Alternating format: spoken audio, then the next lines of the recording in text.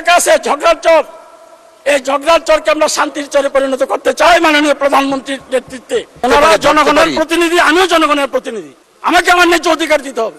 জনাব মোহাম্মদ সেলিম ভূঁইয়া, আপনার সময় 6 মিনিট। ধন্যবাদ আপনাকে। মাননীয় স্পিকার, আমি আজ বক্তব্য দেব না, এই জন্য দিব না, আমি হলাম শিক্ষক, 46 বছর যাবৎ আমি শিক্ষকতার পেশায় আছি। আমার কাজই বক্তৃতা দেওয়া। আমারা দেন 6 মিনিট, আর অন্যদের দেন 10 মিনিট 12 মিনিট। এই প্রতিবাদে আমি বক্তব্য দিলাম না। একটা পয়েন্ট। আরেকটা পয়েন্ট হলো যে এখানে আমার সিরিয়াল ছিল, আজকে দেখেন 8 নম্বরে। আমি মাননীয় প্রধানমন্ত্রীর আগে যদি 8 নম্বর সিরিয়াল তারা ঠিক মতো রাখতো, আমার বক্তব্য মাননীয় প্রধানমন্ত্রীর সামনে হইতো। এখান থেকে আমাকে বঞ্চিত করা হয়েছে, এই জন্য আমি বসে পড়লাম, আমি বক্তৃতা দিব না। ধন্যবাদ আপনাকে। মাননীয় সদস্য, আমরা আপনাকে বক্তব্য দেওয়ার জন্য অনুরোধ জানিয়েছিলাম বা জানিয়েছি। দেওয়া না দেওয়া it's up to you, it's your freedom. But টাইমের যে বিষয়টা সেটা আমাদের তৈরি না। মাননীয় ট্রেজারি বেঞ্চের চিফ হুইপ তিনি সময় এবং সিরিয়াল করে দেন, সেই হিসাবে আমাদের এই বেঞ্চ থেকে আমরা চলি। আপনাকে অসংখ্য ধন্যবাদ। জনাব সেলিম ভূঁইয়া সাহেবকে মাইকটা দেন, উনি কি বলতে চাচ্ছেন একটু বুঝার চেষ্টা কেন করেন। এটা হবে? আস্তে আস্তে বলেন যেন আমরা বুঝতে পারি। জনগণের প্রতিনিধি, আমিও জনগণের প্রতিনিধি, সুতরাং আমারও রাইট আছে এখানে কথা বলার।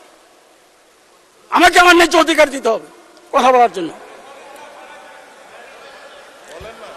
মাননীয় স্পিকার, আজকের মহান মাননীয় সদস্য, আপনি কি বক্তব্য দেওয়ার জন্য প্রস্তুত দিতে চাচ্ছেন?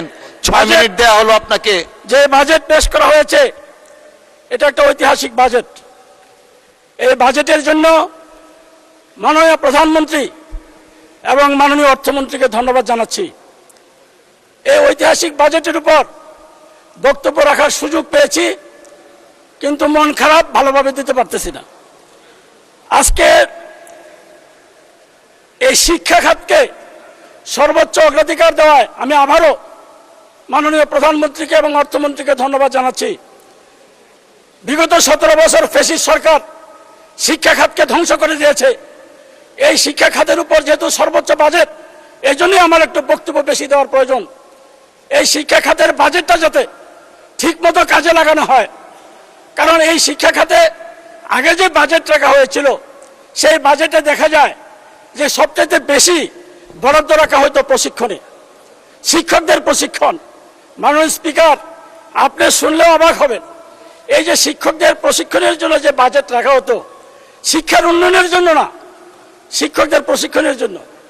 এই প্রশিক্ষণে শিক্ষকদেরকে না পাঠিয়ে আমরারা এই প্রশিক্ষণে যাইতো, শিক্ষকদের প্রশিক্ষণে, এবং আমরারা এই শিক্ষকদের প্রশিক্ষণে গিয়ে তাদের আত্মীয় স্বজনকেও সেই প্রশিক্ষণে নিত শিক্ষকের নাম দিয়ে। এবং সেখানে তারা যে ট্রেনিং নিয়ে এসে, আমরারা দেখা গেছে যে একজন উপসচিব প্রশিক্ষণ নিয়ে আসছে, উনি প্রশিক্ষণ নিয়ে এসে 2 মাস পরে তাকে বন মন্ত্রণালয়ে ট্রান্সফার করে দিছে। এখন উনি ছাত্রদের প্রশিক্ষণের জন্য যে ট্রেনিং নিয়ে আসলো, সেই ট্রেনিং কি উনি বাঘকে শিখাবে, না ভাল্লুককে শিখাবে, না সাপেরে শিখাবে? এটা প্রশ্ন। এই ধরনের বাজেটকে যাতে অপচয় করা না হয়, আর যাতে এই ধরনের দুর্নীতি শিক্ষা খাতে না হয়, সেটাকে দেখতে হবে।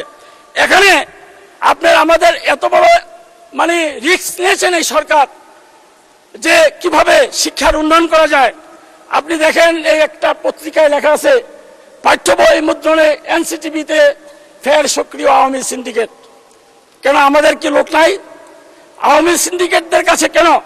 এখানে পরিষ্কার বলা আছে যে সবচেয়ে বেশি বিতর্কিতদের মধ্যে আছে এনসিটিভি সচিব অধ্যাপক শাহ মোহাম্মদ ফিরোজ আল ফেরদৌস।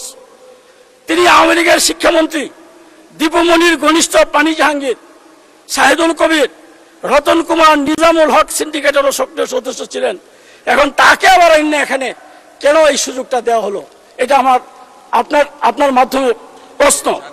এবং ক্ষুদ্র মাঝারি প্রেসকে এখানে, যারা আমাদের দেশের এই ক্ষুদ্র মাঝারি প্রেসকে এখানে বঞ্চিত করে এখানে প্রায় 2000 কোটি টাকার মুদ্রণ কাজ ভাগ-বাটোয়ারা করা হচ্ছে। এটা তদন্তে দেওয়া হোক, এবং তদন্তে দেওয়া হলে দোষী ব্যক্তিদের বিরুদ্ধে এখানে শাস্তিমূলক ব্যবস্থা করা হোক।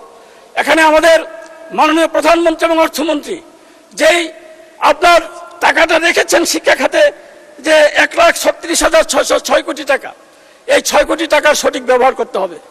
এখানে দেখা যায় কারিগরি শিক্ষার কথা বলা হয়েছে মাননীয় স্পিকার, কারিগরি শিক্ষা, কর্মমুখী শিক্ষার কথা প্রাধান্য দিয়েছেন আমাদের মাননীয় প্রধানমন্ত্রী, কিন্তু এই কর্মমুখী শিক্ষায় আপনার এখানে এটার উপর আসলে কোনো গুরুত্ব দেওয়া হচ্ছে না। এখানে শিক্ষা প্রতিষ্ঠান যদি আপনি চালু না করেন, নতুনভাবে যদি আপনার কারিগরি শিক্ষা প্রতিষ্ঠান গড়ে তোলা না হয়, তাহলে তো আপনার কিভাবে এই শিক্ষার মান উন্নয়ন করবেন আপনি কারিগরি শিক্ষার? সুতরাং এই কারিগরি শিক্ষার উন্নয়নের জন্য যে সমস্ত শর্ত দেওয়া হয়েছে শিক্ষা প্রতিষ্ঠান গঠন করার জন্য, তৈরি করার জন্য, সেই শর্তগুলি কিছুটা শিথিল করে কারিগরি শিক্ষা প্রতিষ্ঠানের সংখ্যা এখানে বাড়াতে হবে। এখানে এনটিআরসি নামক শিক্ষা মন্ত্রণালয়কে শিক্ষক নিয়োগের জন্য যে একটা আপনার এনটিআরসি বিগত সরকারের সময়, বিএনপি সরকারের সময় এনটিআরসি করা হয়েছিল শিক্ষকদের একটা রেজিস্ট্রেশন দেওয়ার জন্য, কিন্তু এই রেজিস্ট্রেশন কর্তৃপক্ষ এখন মানে কয়েক হাজার নকল সার্টিফিকেট দিয়েছে। এখন এই নকল সার্টিফিকেটধারীরা, এই যে একটা পরীক্ষা নেওয়ার একটা প্রক্রিয়া চলছে, নকল সার্টিফিকেটধারীরা এখন এই পরীক্ষা দেওয়ার সুযোগ পাইতেছে। এই জন্য আগে নকল সার্টিফিকেটধারী যারা, তাদেরকে বাইর করতে হবে। আমরা চাই যোগ্যতা সম্পন্ন, মেধা সম্পন্ন শিক্ষক নিয়োগ করা হোক, কিন্তু সেটা স্বচ্ছ প্রক্রিয়ার মাধ্যমে। কিন্তু এনটিআরসির যে বর্তমান সিস্টেম, এই সিস্টেমে মাননীয় আইনমন্ত্রী যদি এখানে থাকেন, ওনাকে আমি জানাতে চাই যে আইনের কোথাও বলা নাই এনটিআরসি শিক্ষক নিয়োগ দিতে পারবে। যেহেতু আইনে বলা নাই, সুতরাং এটা কিভাবে তারা শিক্ষক নিয়োগ দেবে? এই জন্য শিক্ষক নিয়োগের জন্য একটা মিনি আপনার কমিটি গঠন করা হোক, যে বিসিএস এর আদলে, যাতে প্রকৃত এবং মেধা সম্পন্ন শিক্ষকরা আমরা এখানে নিয়োগ পেতে পারি। আমরা চাই একটা এই শিক্ষাকে ঢেলে সাজানোর জন্য আবারও যদি সেই ফ্যাসিস্ট সরকারের আমলের মতো এখানে শিক্ষা অধিদপ্তরের একটা দুর্নীতি রাখরা, এনটিআরসিও একটা দুর্নীতি রাখরা, আপনার টেক্সট বুক হলো আরো বেশি দুর্নীতি রাখরা, এগুলিকে ঢেলে সাজাতে হবে। এগুলিকে ঢেলে সাজানো না হলে আমরা কিন্তু আগের অবস্থায় থাকব এবং জাতির কাছে আমাদের উত্তর দিতে হবে। এবং আমাদের মাননীয় প্রধানমন্ত্রীর যে প্রত্যাশা, হাজার হাজার কোটি টাকা, 1,36,000 কোটি টাকা শিক্ষার জন্য বরাদ্দ রেখেছেন, আজকে আমার মাননীয় প্রধানমন্ত্রী কেন বিতর্কিত হবে? উনি তো করেছেন এদেশের শিক্ষার উন্নয়নের জন্য। সেই জন্য আমি চাই যে বেসরকারি শিক্ষকদের যে চাকরি জাতীয়করণ আমাদের মাননীয় একজন সংসদ সদস্য বলেছেন, এটা কিন্তু 2010 সনের 12ই মে চীনমূর্তি সম্মেলন কেন্দ্রে তৎকালীন বিরোধী দলের নেত্রী, সাবেক প্রধানমন্ত্রী আমাদের মা মরহুমা বেগম খালেদা। মাননীয় সদস্য, আপনাকে আরো 3 মিনিট সময় বৃদ্ধি করা হলো। আমি যদি সরকার গঠন করতে পারি, এদেশের শিক্ষকদের চাকরি জাতীয়করণ করব। ওনার এই ঘোষণার সময় আজকের যিনি আমাদের মাননীয় মহাসচিব বিএনপি বাংলাদেশ জাতীয়তাবাদী দলের, সেখানে উনি ছিলেন, মাননীয় শিক্ষামন্ত্রী তৎকালীন ডক্টর উসমান ফারুক সাহেব ছিলেন, খায়রুল কবির খোকন সাহেব ছিলেন, আমানুল্লাহ আমান সাহেবরা ছিলেন, জয়নুদ্দিন ফারুক সাহেব সেদিন ছিল। সুতরাং আমি চাই মাননীয় প্রধানমন্ত্রীর যে ঘোষণা, সেই ঘোষণার বাস্তবায়ন করতে হবে। নন এমপি শিক্ষকদেরকে এমপিভুক্ত করতে হবে এবং এফতাদিয়া মাদ্রাসার শিক্ষকদেরকেও এমপিভুক্ত করার আওতায় আনতে হবে। সুতরাং এই বিষয়গুলি যদি আমরা না আনি, শিক্ষায় আমরা বলবো যে শিক্ষার উন্নয়নের কথা বলবো, শিক্ষকদেরকে অভুক্ত রেখে তো শিক্ষার উন্নয়ন করা যাবে না। শিক্ষা যদি জাতির মেরুদণ্ড হয়, শিক্ষক হবে শিক্ষার মেরুদণ্ড, সেই শিক্ষকদেরকে অভুক্ত রাখা যাবে না। এবং আমাদের মাননীয় প্রধানমন্ত্রী চায় না শিক্ষকদেরকে অভুক্ত রাখার জন্য। মাননীয় স্পিকার, আজকে যেহেতু আমার সময় কম, আমি যদি আগের নির্ধারিত 8 মিনিট পাইতাম, আপনি 2 মিনিট দিলে 10 মিনিট হতো, এখন পাইলাম 9 মিনিট, আরো 1 মিনিট কম আছে। তো যাই হোক, আমার নেতা শহীদ প্রেসিডেন্ট জিয়াউর রহমান, উনি শিক্ষাকে গুরুত্ব দিয়েছিলেন। বেগম খালেদা জিয়া আমাদের মা, উনি শিক্ষাকে গুরুত্ব দিয়েছিলেন। আমাদের নেতা, আমাদের মাননীয় প্রধানমন্ত্রী, উনি শিক্ষাকে গুরুত্ব দেওয়ার জন্যই কিন্তু উনি শিক্ষা খাতে সর্বোচ্চ বরাদ্দ রেখেছেন। আমরা চাই এই বরাদ্দটা আগামী 5 বছরের ভিতরে জিডিপির 5% উন্নীত করা হোক এবং 5% উন্নীত করে আমাদের এই সমস্যাগুলি দূর করতে হবে।